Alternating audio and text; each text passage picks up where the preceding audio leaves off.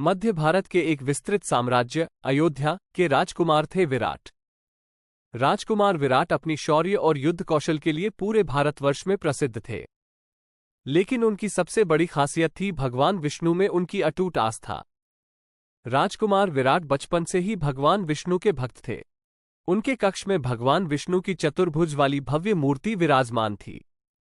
वो हर सुबह उठते ही सबसे पहले भगवान विष्णु की पूजा करते और फिर युद्धाभ्यास करने जाते थे। विराट के पिता महाराज युधिष्ठिर भी एक धर्मात्मा राजा थे। उन्होंने अयोध्या साम्राज्य को सत्य और न्याय के मार्ग पर चलाया था। लेकिन अब महाराज युधिष्ठिर बूढ़े हो चुके थे और उन्हें एक उत्तराधिकारी की आवश्यकता थी। महाराज युधिष्ठिर ने एक विशाल स्वयंवर समारोह का आयोजन किया, जिसमें पूरे भारतवर्ष के राजकुमारों को आमंत्रित किया गया। ये स्वयंवर समारोह अयोध्या के विशाल राजमहल के प्रांगण में आयोजित किया गया था। स्वयंवर के दिन अयोध्या का राजमहल राजकुमारों और राजकुमारियों से भर गया। स्वयंवर स्थल पर एक सुंदर मंच बनाया गया था, जिस पर भव्य वस्त्रों से सजी हुई राजकुमारी चित्रा विराजमान थीं। राजकुमारी चित्रा भी भगवान विष्णु की परम भक्त थीं। उन्हें ऐसा जीवनसाथी चाहिए था जो न सिर्फ युद्ध में पराक्रमी हो, बल्कि भगवान विष्णु में भी पूर्ण आस्था रखता हो। एक एक करके राजकुमारों को एक धनुष और 5 बाण दिए गए। उन्हें मंच पर लगे हुए मछली के आकार के निशाने को बाण से बेधना था। जो राजकुमार निशाने को भेद पाता, वो राजकुमारी चित्रा का पति बनने का हकदार होता। कई राजकुमारों ने कोशिश की, लेकिन कोई भी मछली के आकार के निशाने को नहीं बे पाया। राजकुमार विराट अपनी बारी का इंतजार कर रहे थे। वो जानते थे कि यह निशाना लगाना सिर्फ शारीरिक बल से ही संभव नहीं है, बल्कि इसमें भगवान विष्णु का आशीर्वाद भी जरूरी है। जब विराट की बारी आई तो उन्होंने सबसे पहले भगवान विष्णु का ध्यान किया। उन्होंने आंखें बंद करके भगवान विष्णु से प्रार्थना की कि वो उन्हें सफलता प्रदान करें। कुछ क्षणों के लिए ऐसा लगा कि पूरा राजमहल शांत हो गया है। फिर विराट ने आंखें खोली और धनुष को पकड़ा। उन्होंने निश्चल दृष्टि से निशाने को देखा और एक एक करके 5 बाण छोड़े। 5 बाण सीधे जाकर मछली के आकार के निशाने को बे गए। पूरा राजमहल खुशी के शोर से गूंज उठा। राजकुमारी चित्रा मुस्कुराई और विराट की तरफ देखने लगी। इस तरह विराट और चित्रा का विवाह हुआ।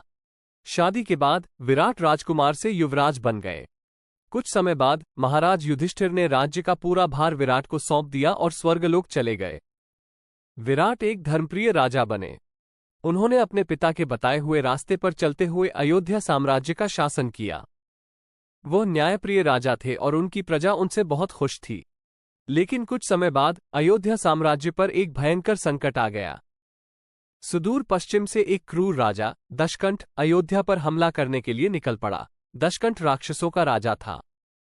वह अत्याचारी और क्रूर था। उसने अपने पड़ोसी राज्यों पर कई बार हमला किया था और उन्हें लूट लिया था। अब उसकी नजर अयोध्या साम्राज्य के धन दौलत पर थी। दशकंठ की विशाल सेना अयोध्या की सीमाओं पर पहुंच चुकी थी। राजधानी में अफरा तफरी मच गई थी। रातों रात युद्ध की तैयारियां शुरू कर दी गईं। युद्ध के मैदान में जाने से पहले युवराज विराट ने अपने कक्ष में भगवान विष्णु की मूर्ति के सामने घुटने टेके। उन्होंने भगवान विष्णु से प्रार्थना की, हे भगवान विष्णु, आप ही पालन करता हैं, आप ही धर्म की रक्षा करते हैं। दशकंठ एक अत्याचारी राजा है। वह निर्दोष लोगों को दुख देता है। मेरी प्रजा की रक्षा कीजिए। मुझे शक्ति दीजिए कि मैं दशकंठ को परास्त कर सकूं। विराट ने युद्ध के मैदान में जाने के लिए तैयार होकर कक्ष से बाहर कदम रखा। उनकी पत्नी चित्रा ने उन्हें विदाई दी। चित्रा भी भगवान विष्णु की भक्त थीं। उसने अपने पति को तिलक लगाया और आशीर्वाद दिया। युद्ध का मैदान धूल से भरा हुआ था। युद्ध के नारे गूंज रहे थे। विराट अपनी विशाल सेना के साथ दशकंठ की सेना के सामने खड़े थे। दशकंठ 10 सिर वाला राक्षस था। उसके हाथों में भयंकर हथियार थे। युद्ध बहुत ही भयंकर था। अयोध्या के वीर सैनिक दशकंठ की सेना से लड़ रहे थे। दोनों तरफ से तीरों की वर्षा हो रही थी। युद्धभूमि में चीख पुकार मच गई थी। विराट अपनी तलवार से राक्षसों का संहार कर रहे थे।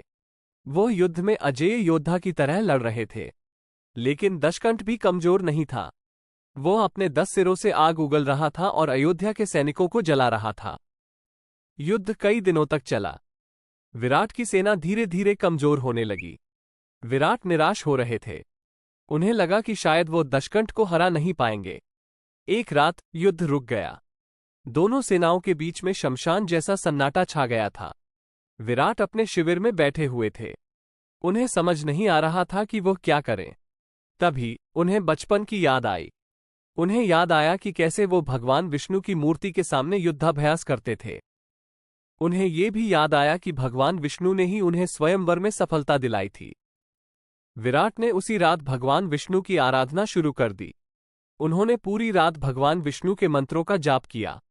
सुबह होने तक उनकी आंखों से आंसू बह रहे थे। अचानक उन्हें लगा कि मानो कोई उनसे बात कर रहा है। उन्होंने चारों तरफ देखा, लेकिन उन्हें कोई नहीं दिखाई दिया। फिर एक दिव्य स्वर सुनाई दिया, विराट, निराश मत होना, मैं तुम्हारे साथ हूं। विराट को एहसास हुआ कि यह भगवान विष्णु का ही स्वर है। उन्होंने पूछा, हे भगवान, आप ही रास्ता दिखाएं, मैं दशकंठ को कैसे हरा सकता हूं? भगवान विष्णु ने कहा, दशकंठ के पास एक अमृत कुंभ है। उसी अमृत कुंभ के कारण वह अमर है। तुम्हें उस अमृत कुंभ को छीनना होगा। उसके बाद ही तुम दशकंठ को परास्त कर पाओगे। भगवान विष्णु का आशीर्वाद पाकर युवराज विराट में एक नई ऊर्जा का संचार हुआ। युद्ध के अगले दिन उन्होंने एक नई रणनीति बनाई। सेना को दो भागों में बांटा गया। एक भाग दशकंठ की सेना को उलझाए रखेगा, जबकि दूसरा भाग, जिसमें विराट खुद भी शामिल थे, दशकंठ के मुख्य शिविर में घुसने का प्रयास करेगा। युद्ध पहले से भी भयंकर हो गया। विराट के वीर सैनिकों ने दशकंठ की सेना को उलझाए रखा, जिससे विराट को दशकंठ के शिविर में घुसने का मौका मिल गया। शिविर के अंदर भयंकर राक्षसों की पहरेदारी थी, लेकिन विराट अपने शौर्य से उनसे निपटते रहे। अंततः विराट उस स्थान पर पहुंच गए जहां अमृत कुंभ रखा हुआ था। यह एक स्वर्ण का बना हुआ सुंदर कुंभ था, जिसके अंदर से दिव्य प्रकाश निकल रहा था। लेकिन विराट को अमृत कुंभ को छूते ही दशकंठ आ गया। दशकंठ क्रोध से आग बबूला हो गया। उसने विराट पर अपने भयंकर हथियारों से प्रहार किया। विराट ने भी डटकर मुकाबला किया। युद्ध बहुत ही कठिन था, लेकिन विराट ने ये जानते हुए कि उनका लक्ष्य दशकंठ को हराना नहीं, बल्कि अमृत कुंभ को छीनना है, युद्ध कौशल से काम लिया। एक मौका देखकर विराट ने दशकंठ को चकमा दिया और अमृत कुंभ को उठा लिया। दशकंठ चीख उठा, विराट, तूने मूर्खता की है, अब तुझे मरना पड़ेगा। विराट ने अमृत कुंभ को उठाकर युद्धभूमि की तरफ भागना शुरू कर दिया। दशकंठ और उसके राक्षस विराट का पीछा करने लगे। विराट दौड़ते हुए युद्धभूमि पर पहुंचे, जहां उनकी सेना दशकंठ की सेना से युद्ध कर रही थी। विराट ने जोर से आवाज लगाई, हे सैनिकों, मैंने दशकंठ का अमृत कुंभ छीन लिया है, अब हम उसे हरा सकते हैं। विराट के शब्दों से अयोध्या के सैनिकों में नई ऊर्जा का संचार हुआ। उन्होंने जोश के साथ दशकंठ की सेना पर हमला कर दिया। दशकंठ ये देखकर क्रोध से भर गया, लेकिन वो अमृत कुंभ के बिना अमर नहीं था। विराट ने अपने सबसे तेज बाण से दशकंठ के एक सिर पर निशाना लगाया। दशकंठ चीख उठा और धीरे धीरे कमजोर होने लगा।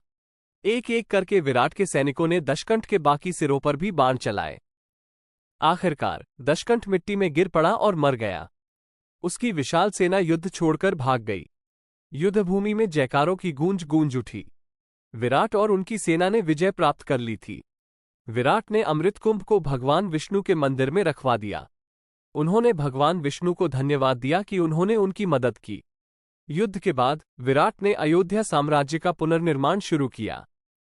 उन्होंने दशकंठ के अत्याचारों से पीड़ित लोगों की सहायता की और अयोध्या को पहले से भी अधिक समृद्ध बनाया। विराट और चित्रा एक आदर्श राजा रानी के रूप में राज्य करते रहे। उनकी कहानी पूरे भारतवर्ष में प्रसिद्ध हो गई।